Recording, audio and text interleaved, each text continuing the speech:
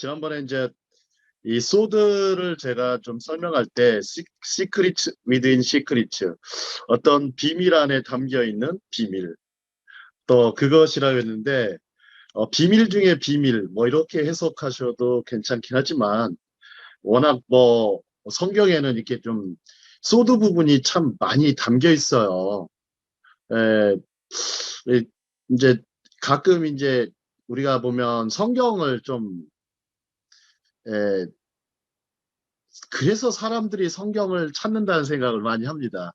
보통 우리가 보면 사람들이 연애할 때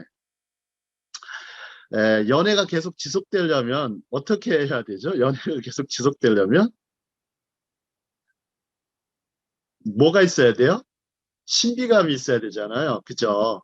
상대방의 신비감이 좀 있어야 되고, 근데 이제 신비감이 많이 사라지게 되면 굉장히 사람들이 뭐 실망하거나 심지어 이제 헤어지거나 뭐 잘못된 경우가 생기는데 성경은 이렇게 연애하듯이 볼 수 있는 부분들이 참 많은 것 같습니다.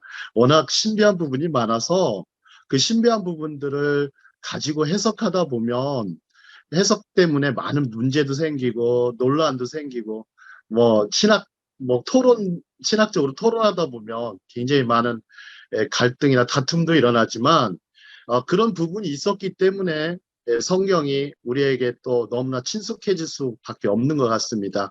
워낙 어린아이가 읽을 수도 있는 부분이 참 많고 또 이렇게 다 큰 성인이 연구해도 괜찮고 또한 학자들이 연구해도 괜찮고 누구나 이렇게 성경을 가까이 할 수 있다는 것은 바로 이런 신비적인 부분들이 많이 담겨 있기 때문에 그런가 싶습니다. 자, 지난번에는 이제 안식일에 대한 얘기를 잠깐 나눴어요. 창세기 1장하고 2장 초반에 나오는 안식일에 대한 거. 다른 날은 그냥 첫날, 둘째 날, 셋째 날 이렇게 표현하지만 안식일만큼은 이름이 붙어 있죠. 샤바트, 욤 샤밧이라고 붙어서 하나님이 다 창조하신 후에 쉬시는 날, 하나님이 치시기 때문에 인간도 그 안에서 쉼을 누리게 되는 그런 시간. 그 다음에 하나님을 우리가 보면 하나님께서 거룩하게 안식일을 지키라고 하셨기 때문에 안식일은 카도시한 날이다. 그래서 그렇게 붙여 있습니다. 그래서 저는 이제 가끔씩 생각을 해봅니다. 이 교회에서 좀 히브리어의 한 단어라도 이렇게 좀 공부하는 시간 가지면 참 좋을 것 같아요. 공부하는 시간 잠시 가져도 좋을 것 같습니다. 혹시 뭐 예를 들어서 샬롬 하면 무슨 뜻이 있을까요? 샬롬. 평화른다와 함께. 샬롬 하면 건강. Peace be with you. 예, 그죠. 평강, 뭐 평안 이렇게 이름을 그렇게 붙이긴 하는데 원래 그 샬롬은 어원이 살람에서 나왔어요. 샬람. 살람에서 나왔는데 이게 그 값을 치르다라는 의미가 있어요. 값을 치르다. 그래서 갈라디아에서에 보시면 예수께서 십자가에 우리의 죄를 대신하기 위해서 대속하셨죠. 그거를 사도 바울은 샬롬이란 단어를 거기서 인용을 합니다. 인용해서 그리스도께서 우리를 위해서 값을 치렀다. 피값을 치르셔서 그리스도가 우리의 뭐가 됐다고요? 평화. 그리스도 우리의 평화. 그렇게 된 겁니다. 그러니까 사도 바울은 이런 히브리어에 담겨 있는 깊은 의미와 혹은 뭐 신비라기도 괜찮아요. 이 소드라도 괜찮은데 이런 부분들을 갈라디아에서 그렇게 표현한 겁니다. 그래서 그리스도 우리의 평화, 그것이 된 것이 화평이 된 것은 바로 그리스도께서 우리를 대신해서 죄값을 치렀다. 값을 치렀다. 이런 의미로 발전을 하게 됩니다. 그래서 히브리어 같은 경우 이게 한 단 하나씩 뭐 히브리어 강조하는 하실 필요는 없어요. 성도들이 뭐 다 이해할 수 있겠어요. 교회가 강의실이 될 필요는 없지만 적어도 한 단 하나씩 이렇게 목회하시는 분들이 혹은 교육자분들이 이렇게 좀 나누시면 굉장히 아주 풍부한 그 히브리어가 갖고 있는 의미를 느끼실 수가 있습니다. 자, 한 장 더 가보도록 하겠습니다. 자, 이거 좀 히브리어인데 마시아크. 마시아크. 이제 보통 이제 메시아라고 발음하죠. 마시아크 이렇게 붙어 있어요. 자, 요한복음 1장 41절에 보시면 요한복음 1장 41절에 보시면 안드레라는 사람이 나옵니다. 안드레라는 사람이 자기의 그 시몬 베드로, 혹시 시몬 베드로가 형일까요? 동생일까요? 안드레. 맞춰보세요. 형이요. 형님. 베드로가 형. 아, 베드로가 형님. 그렇죠. 네. 정확하게는 잘 모르겠는데 아마 베드로가 그 예수님의 그 제자 그룹에서 제일 나이가 많았던 사람 같아요. 딱 봐도. 그래서 아마 그 제자 그룹에서 가장 대표가 됐었던 것도 아마 그런 이유가 있었을 것 같기도 한데, 자, 베드로한테 얘기를 합니다. 안드레가 말을 하죠. 우리가 누구를 만났다? 찾았다? 메시아를 찾았다. 참 이런 대목이 나옵니다. 그러니까 요한복음 1장 41절에 담겨 있는 이 부분이 바로 소드에 해당하는 부분입니다. 소드에 해당하는 부분이에요. 자, 이미 우리는 너무나 많은 이제 문헌이 있기 때문에 예수님과의 그런 만남, 예수님을 메시아로서 그리스도로서 이 만남에 대해서 굉장히 좀 편하죠. 우리는 좀 편한데 그 당시는 좀 어땠을까요? 예수님을 메시아라고 인정하고 메시아라고 막 선언할 정도로 자기 그 브라더 베드로에게 말을 할 정도면 안드레가 굉장히 아주 깊은 영적 통찰력이 있지 않았나 싶어요. 그래서 안드레의 역할이 바로 베드로를 인도를 했죠. 베드로를 인도해서 우리가 메시아를 만났다. 그러면 한번 생각해 보실까요? 이 전도하실 때 안드레식 전도라는 게 있지 않습니까? 누가 한번 그거에 대해서 설명해 주실 수 있겠어요? 안드레식 전도. Come and see. 와보라. 예. 와보라. 보통 커멘시 와보라 해서 안드레식 전도. 그래서 안드레는 한 사람 한 사람씩 이렇게 해서 초대를 해서 예수님을 만나게 하는 그런 역할을 아주 충실하게 감당을 했습니다. 혹시 안드레가 어떻게 순교한지는 좀 아세요? 안드레가 어떻게 순교했는지.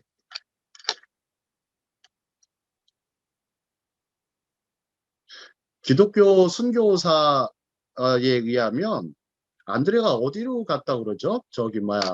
러시아 지경까지도 갔다고 할 정도로 뭐 그런 얘기도 있고 이집트 지경으로 갔다고 하는 얘기도 있는데 아마 안드레는 그렇게 죽었다고 그래요. X자 십자가로. X자 십자가에 달려 죽었다고 나오는데 참 이런 예수님과의 만남이 이렇게 순교까지 이어지면서 인류의 성인으로서 인류의 스승으로서 이렇게 추앙받는 일이 일어나는 것이죠. 자, 다음 장 보시죠.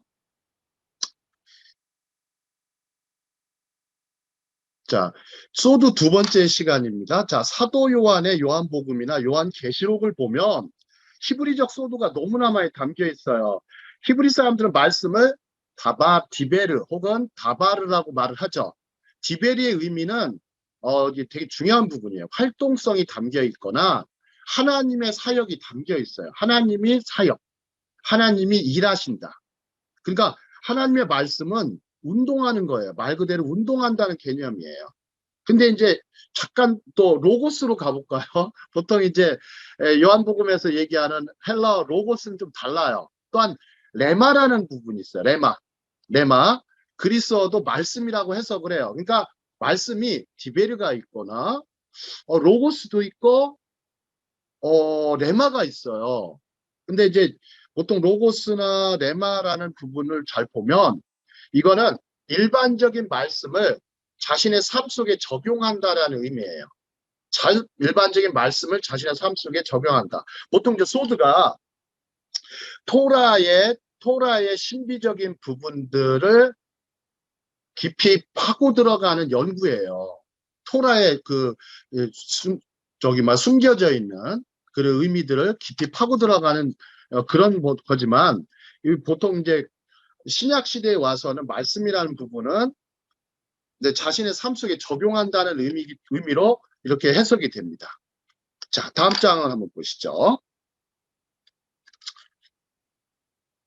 자, 다음 장에 보시면 요한계시록 13장 18절 짐승의 수 666의 소드가 담겨 있어요. 666. 이것도 소드죠. 그러면 짐승의 수가 아니고 그리스도인의 수는 뭐죠? 그리스도인의 수. 보통 666은 짐승의 수라고 하고 그리스도인의 수. 777? 네, 777입니다. 777. 777이죠. 자, 소드 하브루타가 가장 어렵고 민감한 부분이에요. 그래서 저도 이런 부분은 참 함부로 해석하지 않고 해석을 안 하고 되도록이면 말씀을 깊이 깨달은 분들 통해서 이렇게 뭐 주석이나 이런 것들을 보긴 하지만 그러나 이제 있는 그대로 읽어내려고 하긴 하지만 상당히 우리가 좀 더 조심스럽게 좀 다가와야 될 부분이 소드긴 합니다. 자, 한번 요한복음 6장 53절에서 55절 같이 읽도록 해보겠습니다. 시작. 예수께서 이르시되 내가 진실로 진실로 너에게 너희에게 이르노니 이르노니 인자의 인자의 살을 살을 먹지 먹지 아니하고 아니하고 인자의 피를 마시지 아니하면 너희 속에 생명이 없느니라. 내 내 살을 살을 먹고 내 피를 마시는 자는 영생을 가졌고 마지막 날에 내가 그를 다시 살리리니. 이 말씀 가지고요. 너무나 막 기독교 역사에서도 보면 유대인들이 유대인들이 뭐 다른 사람의 살을 먹고 막 뼈를 먹는 사람처럼 굉장히 그렇게 미화된 부분도 상당히 많이 있어요. 이런 부분 가지고. 하지만 이게 소드인데 그런 걸 막 곡해하고 오해해서 역사적으로 아주 안 좋은 사건들이 일어나는 경우도 종종 있었습니다. 자, 내 살은 참된 양식이요, 내 피는 참된 음료로다. 그래서 보통 주님의 살과 피를 먹고 마시자. 이것은 기본적으로 우리 기독교 그 교회 현장에서는 성만찬을 의미하기도 하지만 주님의 살과 피 먹고 마시는 삶. 이것이 좀 크리스찬의 삶이라고 볼 수가 있습니다. 자, 한번 보시죠. 그 다음에 유대인들은 그 부분 읽어보도록 하겠습니다. 시작. 유대인들은 능력을, 헬라인들은 지혜를, 그리스도인들은 하나님의 미련함인 십자가를 따른다. 십자가는 파르테스의 전형이다. 파르데스의 전형이다. 그래서 십자가와 부활의 신앙은 상당 부분 소드적 접근이 필요하다. 소드적 접근이 필요하다. 사도 바울은 십자가 왜 알고 싶어 하는 게 없을 정도로 십자가에 대한 사랑이 정말 충만했습니다. 십자가에 대한 사랑이 충만했습니다. 아마 이 사도 바울이 이런 십자가와 부활은 정말로 이 깊이를 알 수가 없을 정도로 정말 놀라운 사건이죠. 놀라운 사건이죠. 그래서 우리 그때 이것을 사도 바울은 하나님의 미련함이라고 했어요. 하나님의 미련함. 그래서 사도 바울이 또 그랬죠. 하나님의 미련함이 인간의 뭐보다 낫다고요? 인간의 지혜보다 낫다. 이럴 정도로 그만큼 이제 인간의 지혜라고 하면 가장 지혜로운 민족 중에 하나가 헬라인입니다. 그리스인들이죠. 그래서 지혜를 찾는 사람들, 지혜를 사랑하는 사람들이 주로 뭐라고 그러죠? 지혜를 사랑하는 사람. 철학자라고 부르죠. 필라소퍼. 그렇죠. 필라소퍼. 그래서 필라소퍼는 잘 아실 거예요. 필로스 플러스 소피아. 필로스는 사랑. 소피아는 뭐죠? 지혜. 그래서 지혜에 대한 사랑을 하는 사람들을 철학자라고도 하고 아니면 일반적으로 학자라고 보통 부르죠. 자, 우리는 또 지혜에 대한 사랑이 있지만 십자가에 대한 사랑, 또 하나님께 대한 사랑. 그래서 하나님의 미련함을 쫓아가는 거. 자, 이런 것이 우리의 신앙이죠. 자, 다음 장 보시겠습니다. 자, 다음 장에 보시면 좀 어려운 내용입니다. 이 카발라. 우리 저기 요셉 목사님께서 카발라에 대해서 잘 아냐고 물어보셨는데, 저는 굉장히 카발라는 굉장히 문외한입니다. 물론 약간의 수업을 들어본 적은 있어요. 강의를 한번 들어보니까 저도 궁금해서 들어보니까 신비주의라고만 생각을 했는데 약간은 좀 무속에 가까운 우리나라 보면은 약간 무속에 가까운 형태, 약간 그런 뭐 컬트라고 하죠. 오컬트라고도 하고 그런 형태로 많이 변질되어 있는데 카발라는 굉장히 좀 아실 필요는 있어요. 굉장히 아실 필요가 있어요. 예, 카발라의 역사는 굉장히 깊습니다. 카발라가 언제부터 시작됐다고 하면 보통 이제 메모해 놓으셔도 좋겠습니다. 그리스도의 사후, 예수님이 돌아가시고 나서 그리스도의 사후 한 100여 년 후에 카발라라는 것이 정립이 돼요. 약 한 2세기부터 시작이 돼서 나중에 이제 중세 유대교에 이어져서 신비 사상들이 그때까지 이어지죠. 그래서 이제 카발라는 일종의 뭐냐면 아까 말씀드린 철학이라는 게 있고 철학은 필로소피라고 하죠. 하지만 신학은 뭐라고 그러죠? 신학은 세올로, 티어로지. 그죠? 세오라는 게 뭐죠? 세오? 테오? 테오. 데오, 그죠? 데오. 데오가 하나님이시잖아요. 하나님이신데 하나님을 연구하는 학문이 신학이죠. 아, 철학은 말 그대로 지혜를 탐구하는 학문이라면 이 철학과 신학을 합치면 뭐가 되죠? 그거를 테오소피라고 그래요. 테오, 테오소피? 예, 테오소피. 테오소피라고 적으셔도 돼요. 테오소피는 말 그대로 신철학이에요. 신철학. 신학과 철학을 막 섞어놓은 거예요. 그 부분에 해당하는 부분이 바로 카발라예요. 카발라. 카발라. 예, 카발라예요. 근데 이 카발라를 뭐 제가 뭐 카발라 주의자도 아니고 카발라를 깊이 연구한 사람도 아니지만 하도 궁금해가지고 좀 몇 권의 책을 읽어보면서 참 이런 부분들은 좀 뭐 깊이 들어가면 큰일 나겠다. 우리가 보면 철학자 중에서 가장 논란이 되는 철학자가 있죠. 누구죠? 프리드리 니체죠. 니체주의자가 되면 굉장히 아주 니체는 아마 제가 봐도 신철학을 같이 한 사람이에요. 신학도 공부하고 철학도 같이 해가지고 저는 니체는 신철학자 같아요. 신철학자인데 나중에 보면은 니체주의에 빠지게 되면 이제 큰일 나게 위험하죠. 그래서 저는 되도록이면 니체주의자가 되지 않는 게 좋습니다. 하지만 적어도 니체가 누군지에 대해서는 알고 있는 게 중요한 것 같습니다. 왜냐하면 그런 질문을 던졌을 때 누군가가 던지잖아요. 질문을. 던질 때 니체는 이런 사람이었다. 하지만 뭐 이런 면에서 위험하다. 뭐 이렇게 정도라도 질문자들, 학습자들한테 알려줄 필요가 있습니다. 물론 뭐 마찬가지로 카발라도 똑같습니다. 자, 카발라 한번 보시죠. 자, 원래는 이제 두 번째 줄로 넘어가죠. 하지만 유대교에서의 신비주의적 교설이나 관행은 이미 이제 탈무드 시대로 거슬러 올라가요. 탈무드 시대 약 3세기부터 혹은 뭐 5세기 이후까지 만들어지죠. 바벨론 즉 메소포타미아에서 율법적인 유대교와 함께 원초적으로 존재하고 있었어요. 이것이 중세 유럽으로 전해져 크게 확산되면서 카발라 이게 무슨 뜻이냐면 전통, 전승 이런 의미가 있어요. 전통, 전승이라는 말로 쓰이게 됩니다. 오늘날 많은 정통 유대인들은 카발라를 토라 연구의 연장선으로 봐요.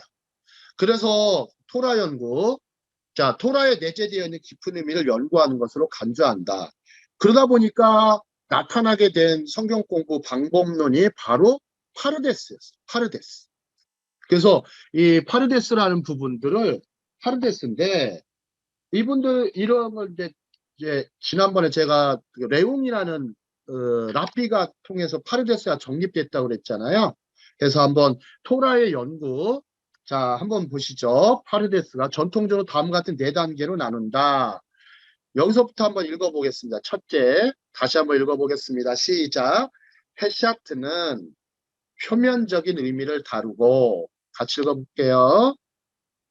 헤샤트는 시작. 헤샤트는 표면적인 의미를 다루고 다루고 둘째 레메에서는 메즈는 비유나 은유적 의미적인 의미를 다룬다. 다룬다. 베라시는 셋째 베라시는 앞의 해석 또는 앞의 미드라시적 해석은 제해석을 말한다. 미드라시적 마지막으로 제해석을 토라가 말한다. 담고 있는 비밀의 마지막으로 신비적인 토라가 해석을 담고 있는 소드라고 비밀의 하는데 신비적 토라에 담긴 하는데 내재적인 토라에 비밀을 담긴 연구하는 이 내재적 소드를 비밀을 연구하는 카발라라고 카발라를 한다. 카발라라 한다. 카발라라고 합니다.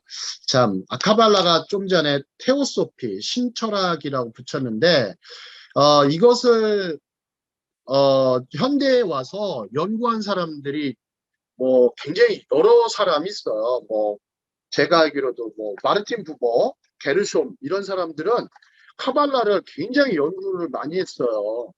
뭐, 이분들이 철학자이기 때문에 그런 것도 있지만, 굉장히 연구를 많이 해서, 카발라에 대한 좀 사람들의 이해가 많이 넓어지게 하는 것은 있는데, 제가 봐서는 우리가 굳이 카발라까지 뭐 깊이 알 필요는 없지만 어느 정도 일정 알게 되면 혹시 성경을 보는데 굉장히 도움을 받을 수 있습니다. 자, 다음 장 보시죠. 자, 여기 보시면 되게 복잡한 그림들이 있어요. 자, 이 그림들이 있는데 이 그림들 중에서 왼쪽 그림도 뭐 왼쪽 그림에는 이제 히브리어로 쓰여 있잖아요. 히브리어로 쓰여 있고, 자, 오른쪽 그림에도 마찬가지 해석을 좀 달아놓긴 해놨는데, 자, 한번 보시죠.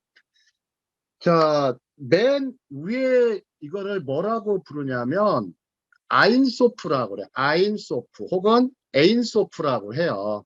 아인소프, 메인소프.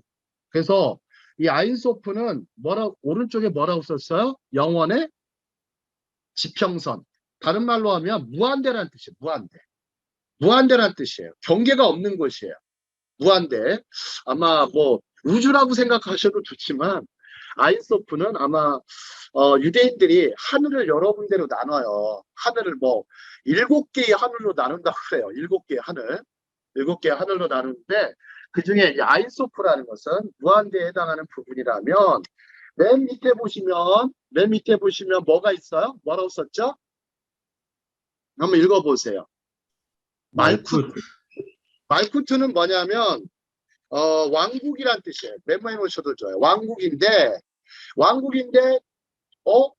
옆에 보니까 뭐 왕국이라는 단어가 있고 말쿠트. 자, 그럼 말쿠트는 이 지상을 얘기하는 거예요. 지상.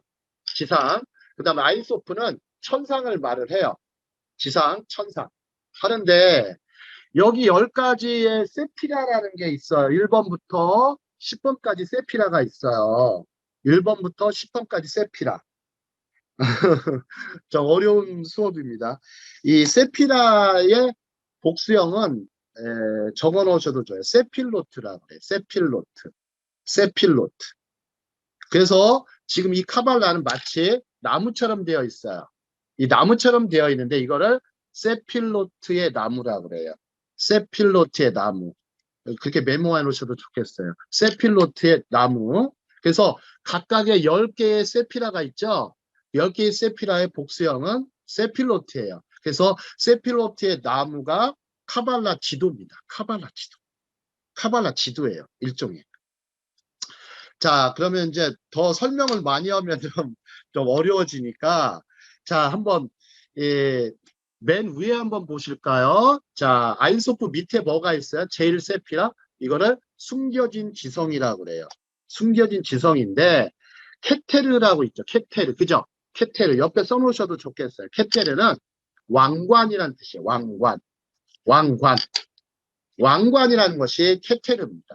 아마 이 아인소프 아래가 아마 왕이 존재하는 거죠. 왕관. 높은 자리입니다. 높은 자리. 자, 그 다음에 두 번째 세피라가 있어요. 이거를 최고의 지성. 이걸 뭐라고 그러죠? 호크마를 최고의 지성이라고 해서 지혜라고 붙입니다. 지혜. 그 다음에 제3 세피라로 가볼까요? 제3 세피라로 가면 뭐라고 그러죠?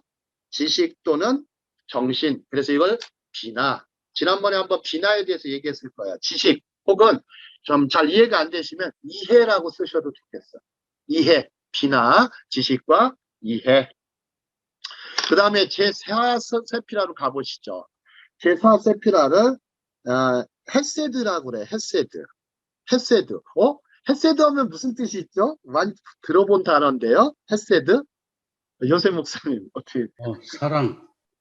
헤세드 사랑 혹은 뭐 은혜 이렇게 붙이는데 이 사람들은 사랑, 은혜 이렇게 붙이기도 하지만 뭐라고 썼어요? 제4세피라에서 증량, 응집력 뭐 이렇게 붙였어요. 헤세드 보통 그렇게 붙였어요. 측량, 응집력 혹은 뭐 은혜라고 해도 괜찮습니다. 사랑이라고 해도 괜찮고요. 자, 그 다음에 5번째 세피라는 본질적 지성을 다뤄요. 그래서 이거를 게브라라고 하는데 게브라를 잘 이해를 못하시면 게브라는 힘이라고 쓰세요. 힘 혹은 권력, 힘이나 권력을 게브라라고 그래요. 그 다음에 6번째로 가보시면 6번째 세피라는 중개하는 영향력의 지성이라고 해요. 그것을 티페레트는 뭐냐면 우리식으로 해석하면 옆에 써놓으세요. 아름다움이에요. 아름다움 혹은 미학 이렇게 생각하셔도 좋아요. 그러니까 중개하는 영향력의 지성이라고 붙였는데 그게 아름답다라는 거예요. 티페레트, 아름다움. 그 다음에 이제 7번째 세피라로 가보죠. 이거를 감추어진 지성. 이거를 네체흐라고 그랬는데 이거는 한국말로 하면 승리라는 뜻이에요. 승리라는 뜻이에요. 자, 그 다음에 8번째 세피라로 가면 이걸 절대적인 뭐 힘이나 뭐 능력 이제 약간 그렇게 호드라고 그래요. 절대적인 호드는 뭐냐면 위엄, 권세 이걸 가리켜요. 위엄, 권세, 뭐 왕의 위엄, 뭐 권세 이런 것들로 해석할 수 있겠죠. 위엄, 권세. 자, 9번째는요. 9번째 세피라는 순수한 지성. 이거를 예소드라고 그러는데 소드가 아마 여기와도 관련이 있는 것 같아요. 제가 봐도. 예소드는 뭐냐면 우리식으로 얘기하면 기초란 뜻이에요. 기초. 순수한 지성. 여러분 기초라고 불러요. 그러니까 기초라는 부분은 순수한 지성으로 유대인들은 해석을 하죠. 그래서 예소드 부분은 기초라고 할 수가 있어요. 그 다음에 맨 밑으로 가보시면 이제 말쿠트 10번째 세피라입니다. 눈부신 지성인데 말쿠트는 옆에 써놓으셔도 좋겠어요. 왕국이란 뜻이에요. 왕국이란 뜻이에요. 그래서 이 왕국이란 뜻인데 말쿠트가 이 땅의 지상을 가리키는데 그러면 하나 또 질문을 던져볼게요. 보면은 천상이 있고 지상이 있고 또 뭐가 있죠?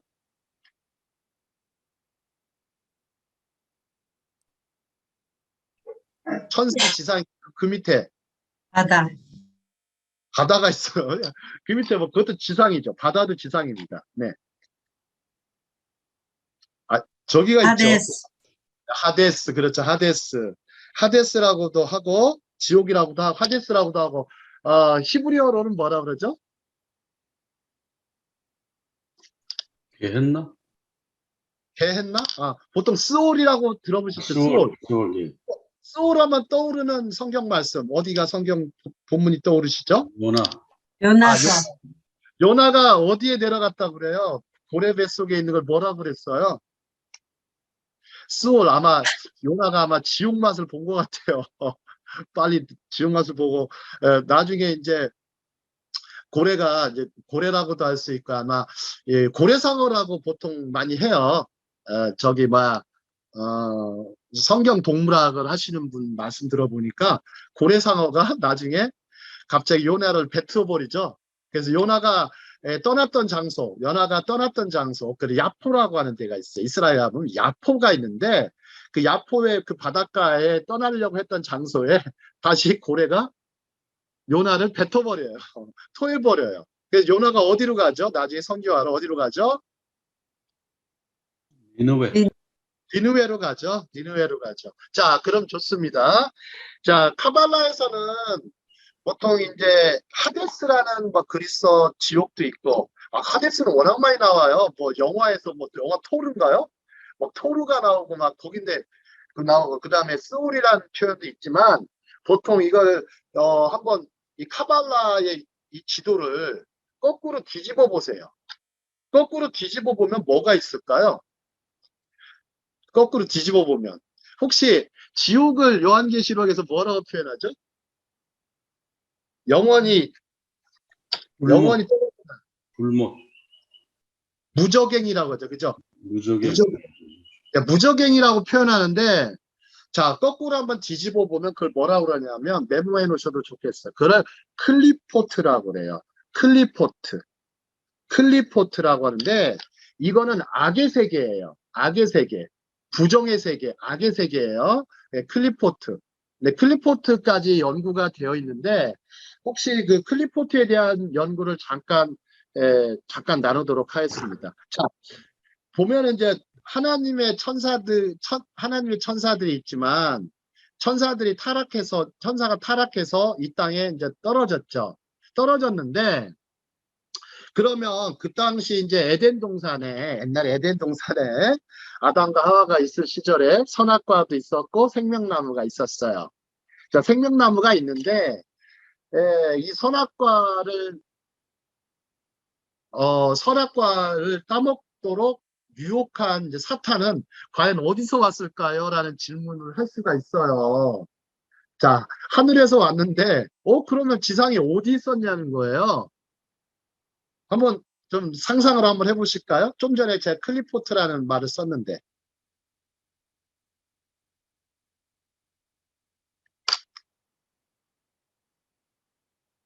되게 재밌으시죠? 사탄은 어디서 왔다고 생각하냐면 클리포트에서 왔다고 하는 거예요. 카발라에서. 클리포트에서 와서 거기서 올라와서 유혹을 했다. 이렇게 해가지고 클리포트에서 올라와서 사탄이 어떤 이 세상에 악을 가져왔다. 죄악을 가져왔다. 이렇게 표현을 합니다. 보통 그 다음에 또 하나 생각해 볼 점이 이 보통 10개의 세필로트가 있지만 여기에는 히브리어 철자들이 담겨 있어요. 히브리어 철자. 그래서 세필로트는 무슨 뜻이 있냐면 메모해 놓으셔도 좋겠어요. 세필로트는 수나 철자를 가리켜요. 수, 철자. 그래서 알렙부터 어디까지 있어요? 알렙부터 타우까지 있죠. 그죠? 알렙부터 타우까지 히브리어 철자 몇 개죠? 혹시 맞춰보 히브리어 철자가 몇 개죠? 22개. 네, 22개입니다. 22자로 되어 있어요. 그래서 22자로 되어 있는 부분들이 다 연결이 되어 있어요. 그래서 보통 히브리어로 게마트리아라고 그러죠. 게마트리아. 수를 이용해가지고 숫자를 세가지고 하는 거. 그래서 666이나 777도 게마트리아의 일종입니다. 그것도 일종의 세필로트라는 개념에서 나와 있어요. 자, 카발라는 이 정도만 더 하고요. 자, 다음 장으로 넘어가도록 하겠습니다. 네. 자, 카발리스트. 자, 카발라주의자들은 자신들의 카발라 사상이 하나님께서 아담에게 먼저 주셨다고 한 거라고 생각하는 거예요. 그래서 이것을 아담에게 먼저 주셨다. 그걸 뭐라고 하냐면 메모해 놓으셔도 좋겠어요. 그걸 아담 카드몬이라고 그래요. 아담 카드몬이라고 할 수 있어요. 아담 카드몬. 그래서 아담에게 주셨는데 그 다음에 아담에게서 누구에게로 이어졌을까요? 맞춰보세요. 대충. 아담에서 누구한테 그 하나님께서 이 카발라를 주셨을까요? 소드를. 노아에게 줬다 그러는 거예요. 노아. 그래서 10계명 이전에 노아의 세븐로스 오브 노아에서 7개의 계명이 있어요. 노아의 7개의 계명. 혹시 시간 되시면 노아의 7계명도 한번 보시면 좋겠어요. 노아의 7계명. 그래서 10계명 이전에 7계명이 있었다. 그래서 노아에게 전달됐다가 나중에 누구한테 전달돼요? 여러 사람들이 있죠. 그래도 아브라함에게 전달됐다고. 또 아브라함은 또 자신의 또 자녀들에게 전달되고 결국 그 전달을 가장 많이 받은 사람이 바로 모세라는 거예요. 모세가 이집트에서 그 부분 카발라를 전승받았다. 전통을 받았다. 그래서 어떤 이 모세가 아주 굉장히 이집트에서 궁중에서도 공부를 했지만 유대인으로서 자각을 하면서 뭐 이스라엘 사람으로 자각을 하면서 굉장히 나중에는 그 홍해를 건너서 가나안 땅으로 인도하는 사람이 된 거죠. 그런데 이제 이런 것들을 전승한 존재가 바로 천사들이라고 생각하는 거예요. 이 사람들은 천사들이라고 생각하는 거예요. 자, 좀 내려가 보시면 최근에 여기 한번 읽어 보시겠습니다. 최근에 기독교가 신비주의화가 좀 심각해지고 있죠. 신비적인 기독교의 모습은 상당히 많지만 중요한 것은 바른 믿음입니다. 바른 믿음. 성경은 바른 해석을 해야 되죠. 그래서 바른 신학과 바른 신앙의 정립이 반드시 중요합니다. 그래서 유대인들의 파르데스는 우리도 바른 신앙과 해석을 위해서 필요한 부분이라고 여겨집니다. 제가 봐도 그렇습니다. 그러나 카발라는 유대인들의 신비나 비전이기 때문에 이를 익혀야 한다는 생각을 하지 않는 것이 좋죠. 신비는 중요하지만 미신이나 혹은 무속적인 사상 그런 면은 상당히 경계해야 됩니다. 예, 조덕영 박사가 썼던 글을 저는 인용을 했는데 이 카발라라는 말은 뭐 기본적으로 뭐 지혜를 전수받은 거예요. 말 그대로 지혜를 전수받았다고 해서 지금까지 유대인들이 굉장히 아주 오랫동안 이 카발라의 전통에 따라서 살아가는 유대인들이 참 많습니다. 그래서 카발라를 많이 따라가는 미국에도 굉장히 발전되어 있는데 혹시 그 미국의 유명한 여자 가수 있죠. 마돈나. 마돈나가 굉장한 카발리스트예요. 굉장한 카발리스트예요. 마돈나가 뭐 보통 한 달에 한 번은 그 카발라 강의를 들을 정도로 들으면서 또 굉장히 많은 지원을 해줘요. 그래서 하는 걸 보면서 그런 건 좋은데 뭐 굉장히 좀 조심스러워하는 부분들이 우리가 많습니다. 혹시 조금은 되도록이면요. 우리가 좀 너무 영성이 아닌 감성으로 이렇게 카발라를 접근하시면 안 되겠습니다. 영성적으로 접근하면 좋은데 감성적으로 너무 접근해요. 그리고서 그러나 중요한 것은 우리가 하나님이 주신 지성을 가지고 쓸 수 있도록. 그래서 카발라에서도 보면 다 대부분 지성이라고 붙이는 거예요. 지성. 그러니까 세필로트는 바로 지성에 대한 얘기입니다. 그래서 우리에게 정말 필요한 것은 지성을 따르는 믿음이에요. 지성을 따르는 믿음이 필요합니다. 지성을 따르는 믿음, 바른 믿음은 거기에 있습니다. 자, 다음 장 보시죠. 다음 장 보시면 사복음서의 구성입니다. 이 부분은 제가 아주 해석을 어느 문헌에서 해석을 했는데 크리스찬 카발라를 공부하는 분이 있어요. 크리스찬 카발라가 있어요. 자, 마가복음 한번 보시죠. 마가복음은 페샤트예요. 페샤트. 그러니까 파르데스의 페샤트 부분이 마가복음에 많이 담겨 있어요. 그래서 구약성서를 자주 인용합니다. 그래서 구약성서 타나크를 인용하고 자, 마가는 누구의 제자였죠? 베드로의 제자죠. 요한마가가 이 마가복음을 저술하는데 페샤트 방식으로 마가복음을 저술했다고 하는데 뭐 이게 뭐 학자의 적이니까 반드시 믿으실 필요는 없지만 이런 방식을 많이 추진했다 이렇게 보시면 좋겠어요. 그다음 이제 누가복음은 레미지가 많다고 그래요. 누가복음. 혹시 요셉 목사님 누가복음을 쓴 누가에 대해서 잠깐 좀 누가가 보통 이제 데오빌로라는 말을 쓰잖아요. 데오빌로. 한번 누가에 대해서 잠깐 말씀해 주시겠어요? 뭐 누가는 이제 그 의사였다 그러고요. 예. 그 사도 바울의 복음 전하는데 가까이서 이렇게 동력을 했고 그래서 그 사도행전에 바울에 대한 기록이 많이 나오는 것이 이제 누가가 동행하면서 이렇게 성령의 역사와 이 복음 전하는 것을 자세하게 관찰하면서 적었고 뭐 어떤 걸 소개해 드려야 되나요? 데오빌로에 대해서 말씀해 아, 주시면 데오빌로. 예, 예, 예. 데오빌로는 데오빌로 각하여 뭐 이러면서 데오빌로 각하에게 이 누가복음과 이 사도행전을 쓴 거죠. 그 이해시키기 위해서. 그래서 그 데오빌로가 실존 인물인지 아니면 어떤 다른 의미로 쓴 건지는 모르겠는데 하여튼 하나님의 사랑을 받은 자, 하나님을 사랑하는 자, 뭐 그런 사람에게 그걸 썼다. 이제 결국 그렇게 되는 거죠. 네. 그 테오빌로, 그 테오가 하나님이고요. 필로스가 사랑하는 자잖아요. 그래서 테오빌로스. 그 하나님을 사랑하는 자니까 아마 뭐 각하 수준까지 높인 것 같아요. 하나님을 사랑하는 자. 어떤 분인지는 모르겠지만 하여튼 예, 누가복음과 더불어 사도행전, 굉장히 아주 그 참 누가라는 분이 얼마나 중요한 분인지 레메지를 참 많이 인용을 해요.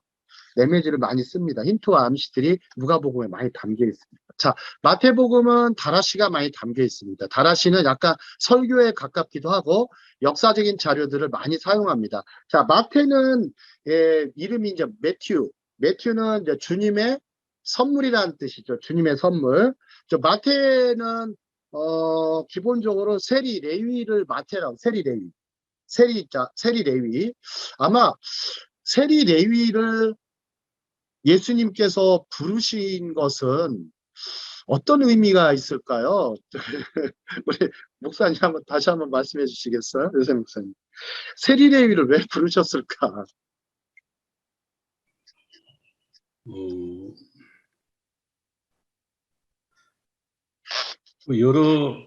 여러 직종 중에서 주님이 세리는 이제 그 당시로 말하면은 사람들이 싫어하는 네. 직업을 가지고 있잖아요.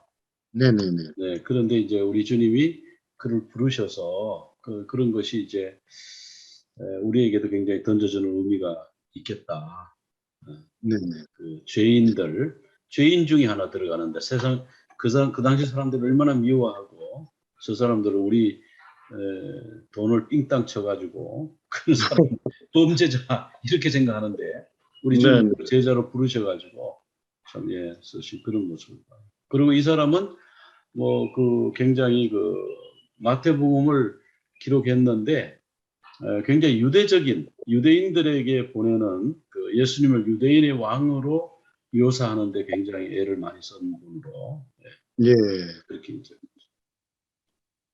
참 근데 누가복음, 마태복음 상당히 다 보면은 비슷한 내용도 많지만 상당히 여러 가지 관점을 보통 이제 어떤 청년이 좀 질문을 했어요. 이 청년은 성경을 참 많이 읽어요. 제가 봐도 아마 이 청년처럼 많이 읽은 사람이 없는 것 같아요. 약간 장애가 있었지만 이 청년은 저한테 이제 질문을 하는 거예요. 근데 목사님들한테 질문을 좀 했는데 목사님들의 답변이 다 안 맞았어요. 본인하고. 아니, 복음서가 읽어보면 너무 다르다. 어디는 뭐 이렇고 저긴 저런데 왜 그러느냐에 대해서 얘기를 잘 못했던 거예요. 제가 이제 그때 사복음서는 구성을 여러 가지 파르데스라는 방식으로 해서 했다. 그랬더니 이제 그래요? 그런 얘가 이제 관심을 갖기 시작하는 거죠. 하나는 마가복음은 페샤트, 누가복음은 레메즈 이렇게 하고 마태복음 다라시 이렇게 좀 차근차근히 설명했더니 이 친구가 굉장히 저한테 아니 그러면 선생님은 어디서 이런 지식을 얻었냐 뭐 어디서 얻어 다 해놓으신 분들이 있으니까 하는 거고 자 저는 인용할 뿐이죠. 자 그다음 세리레위는 기본적으로 그 당시 유대인들은요 13개로 계급을 나눴다고 그래요. 인간 계급을 13개로 13개에서 자, 세리는 몇 개 쪽에, 어디 쪽에 속할까요? 세리는. 맞춰보세요. 13개 있는데, 죄인 중에서 제일 아주 악질 죄인으로 꼽혀요. 그래서 맨 13번째 죄인이에요. 13번째 죄인. 그거 얼마나 차별을 많이 받았겠어요. 돈은 많이 벌었지만, 얼마나 차별 많이 받았겠어요. 그래서 아마 13개의 이 계급 중에서 마지막 심지어요. 예, 그 당시 창녀보다 못해요. 제가 알기로는 창기나 창녀는 9번째 쪽에 속해요. 9번째. 근데 세리는 13번째라고 해서 가장 많이 차별받았던, 아니면 뭐 매국노, 민족의 배신자. 우리도 그렇잖아요. 뭐 친일파한테 넘어와서 뭐 친일을 아예 그냥 저거한 사람을 최고의 죄인으로 취급하지 않습니까? 한국도. 예, 그런 모습들처럼.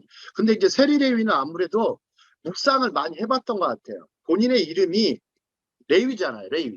레위다 보니까 제사장 가문이었잖아요. 제사장 가문이었고, 성전에서 성전 제의를 했던, 예배를 드리는 그런 지파 중에 하나였는데, 레위가 아마 그런 고민을 하면서 예수님이 자신을 불러주실 때 나를 따르라, 그 한마디에, 그냥 나를 따르라 한마디에 그대로 예수님을 따르고 예수님과 함께 동행하면서 예수님의 어떤 행적을 참 정말 주도 면밀하게 작성을 했던, 그래서 마태복음을 집필하게 됐던 그런 계기가 있지 않았나 싶습니다. 자, 요한복음은 소드예요. 소드가 참 많죠. 영적 비밀이나 스무니도. 그러니까 예수님의 자기 선언들만 보아도 요한복음에는 소드가 많습니다. 그래서 요한복음, 자, 다음 장으로 가보시죠.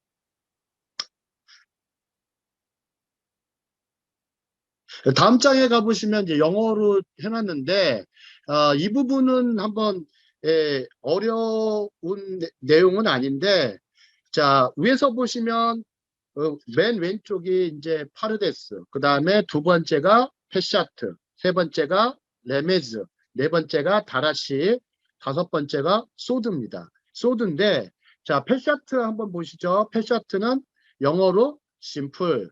자, 그 다음에 레메지는 힌트, 다라시는 익스플로어, 에스크, 뭐 찾다, 구하다, 뭐 연구하다고요. 소드는 시크릿, 이렇게 되어 있고요. 그 다음에 또 그 해당하는 부분, 페샤트에서 좀 더 내려가 보시면 레비니컬 레벨이 있어요. 레비니컬 레벨이 있는데 그 중에 하나 보시죠. 자, 페샤트는 미시나, 그 다음에 레메지는 좀 크게 보시죠. 게마라, 그 다음에 다라시는 미드라시, 그 다음에 소드는 조하르. 이 조하르 부분인데 한번 보시죠. 조하르 한번 보시죠. 자, 조하르는 무슨 뜻이 있냐면 옆에 메모해 놓으셔도 좋아요. 조하르는 빛이란 뜻이 있어요. 광채. 빛이란 뜻이 있어요. 그래서 카발라에는 세 종류가 있어요. 사실상 세 종류가 있는데 그 중에 하나가 조하르 카발라가 있어요. 카발라 조하르 혹은 조할라 카바르. 그게 있습니다. 그래서 조하르가 바로 소드에 해당하는 부분입니다. 그 다음에 가스펠, 복음으로 가보시죠. 자, 페샤트에서는 바로 마가복음, 레메지는 루크, 누가복음, 다라시는 매튜, 마가복음, 마태복음, 그다음에 소드는 요한복음이죠. 그다음에 거기서 이제 예수님을 묘사를 하죠. 예수님을. 자, 한번 보시죠. 마가복음 예수님을 하나님의 종으로, 서번트로. 그다음에 두 번째 보시면 레메지에서는 하나님의 아들, 인자죠, 인자. 맨 오브 선 오브 맨, 인자로 표현하셨고, 세 번째 요셉 목사님 말씀하신 대로 예수님을 왕, 유대인의 왕, 킹이라고 표현했습니다. 그 다음에 소드 부분이라고 하는 요한복음은 Son of God, 하나님의 아들, 이렇게 되어 있습니다. 하나님의 아들.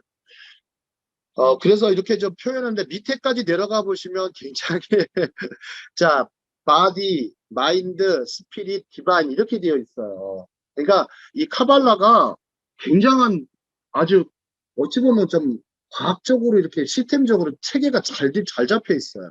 그래서 우리가 성경을 보실 때 이렇게 사복음서를 페샤트부터 소드로 이렇게 나누어서 보는 눈도 필요한 것 같습니다. 그 이상을 뭐 저기 하긴 힘드니까. 자, 다음 장을 보시죠. 자, 마가복음 있고 누가복음 있고 마태복음, 요한복음, 이렇게 요한계시록도 이렇게 해놨어요. 요한계시록도 해놨으니까 카발리스틱하다, 소도, 수드, 시크릿, 미스테이크 이렇게 해가지고 조아르 또 이 마지막 근데 여기서 보시면 더 라스트 제너레이션 마지막 세대에 대한 저거가 나오죠. 네, 그런 부분들이 담겨 있어요. 그래서 우리가 좀 다음 장을 가보시죠. 자, text comes alive at paradise. 자, 텍스트가 살아있게 돼요. 파라데스 안에, 파라데스에서. 우리가 파라데스 방식으로 성경을 보게 되면 상당히 텍스트가 살아있는 하나님의 말씀을 경험할 수 있는 그런 순간을 우리가 가질 수 있다라고 하는 거죠. 자, 한 장 더 보겠습니다. 네, 오늘은 이제 파르데스 부분을 다 끝낼 거예요. 끝내긴 하는데, 한 장이 더 남아있긴 한데, 그 부분은, 제가 이제, 그 부분은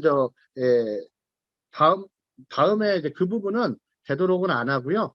지금 부분은, 되도록이면 오늘은 이제 파르데스 부분은 다 끝내고, 예수님의 그 비유, 그 파라볼레 쪽으로 가보도록 하겠습니다. 자, 성경은 뭐다? 다이아몬드다. 자, 다이아몬드는 70개의 결정체를 보유하고 있어요. 그래서 다이아몬드는 다른 각도로 보면 다른 면을 볼 수가 있어요. 그래서 이 네 가지 파르데스로 보면 성경이나 탈무드를 보는 눈이 열리게 되죠.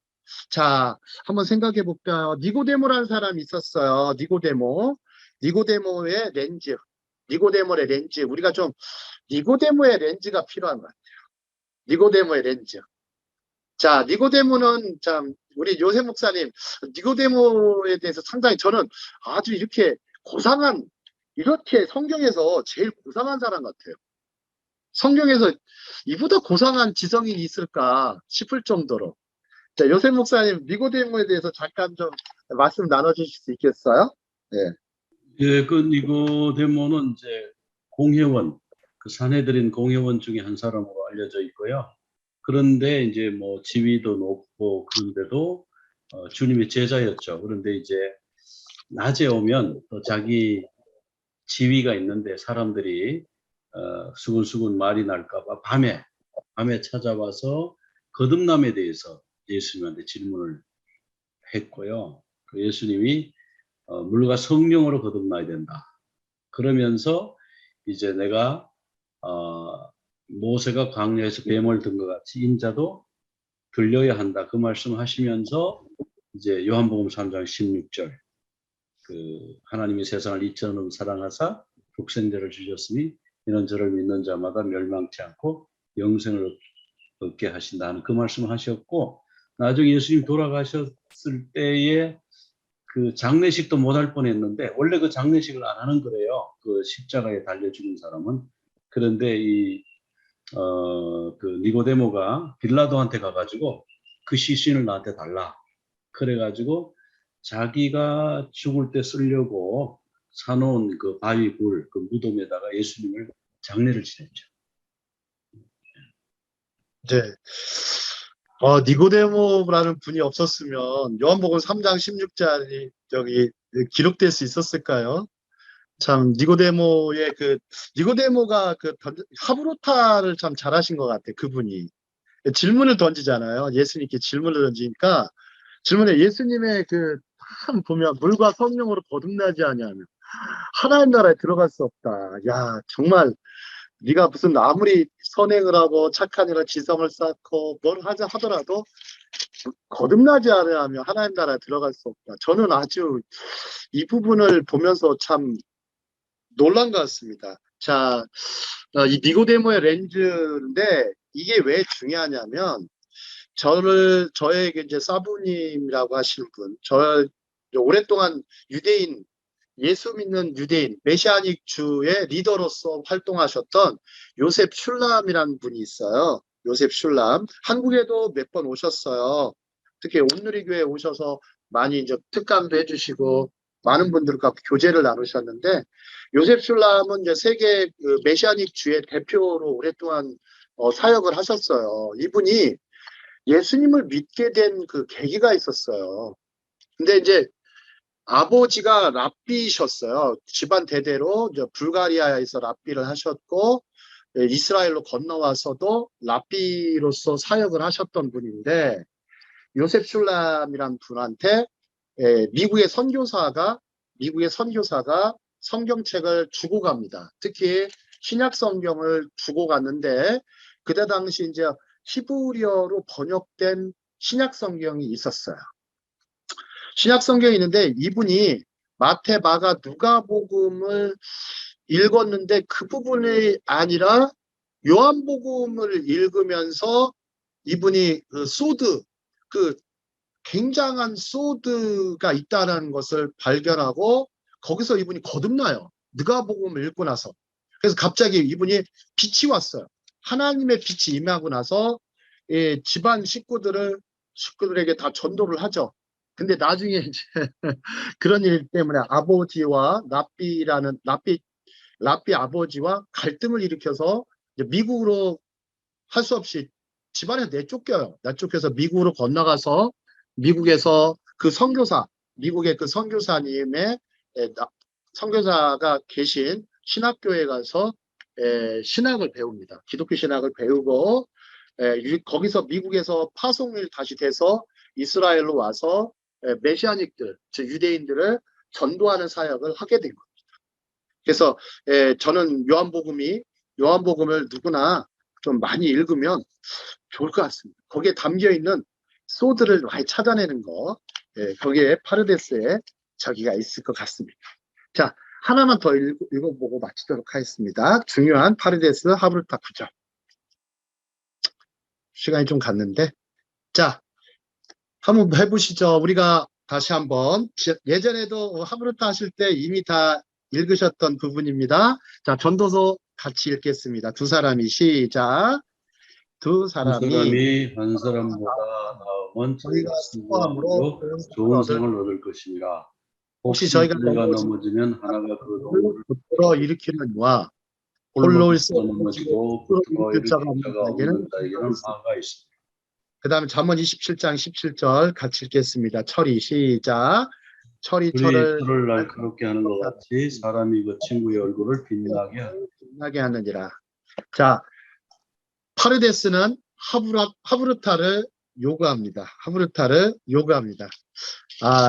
제가 좀 약간은 좀 선물이라고 하면 선물일 수 있는데 성서학 공부를 할 때 교수님 중에 한 분이 여자 교수님이 한 분이 계셨어요. 그분이 딱 신약 성경도 굉장히 조예가 깊으셨어요.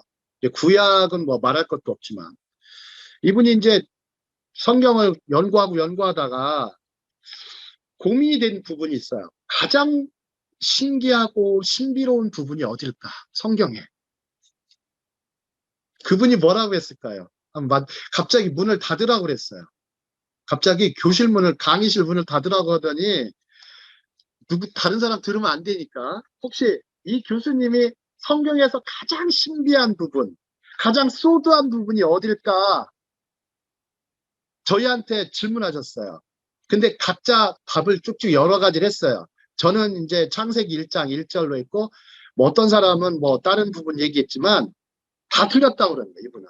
자, 혹시 이분이 말한 성경은 어딜까요? 한번 맞춰보세요. 가장 신비롭고 소드한 부분. 벌써 힌트는 드렸죠, 제가?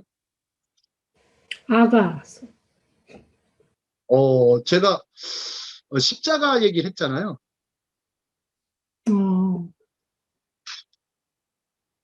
이 교수가 얘기한 거.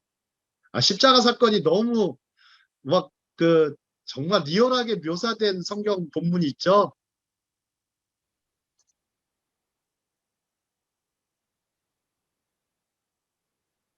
아무도 답변을 못 하시네. 십자가가 전도에 미련한 것이라고 그런 거 거기 말씀하시는 거예요? 저희 이제 이사야서 유대인이잖아요. 53장 이사야 3절. 이사야 53장은 이분이 평생 동안 성경을 연구하신 분인데 가장 신비로운 부분이다. 저는 그때 막 전율을 느꼈어요. 전율을. 야, 어떻게 유대인 교수님에게서 저런 말씀을 하셨다. 우리 크리스찬들은 너무나 거기에 감동도 없고 눈물도 없고 여기에 깊이 묵상도 없고 그냥 겉핥기로만 그냥 패셔트만 너무 빠져가지고 그 가지고 있는 십자가에 그 사도 바울이 발견했던 그 십자가의 소드 혹은 부활의 소드를 그 교수님은 얘기한 거예요. 그래서 이사야 53장 저는 전도할 때요, 가끔 전도할 때요, 이사야 53장으로 전도합니다.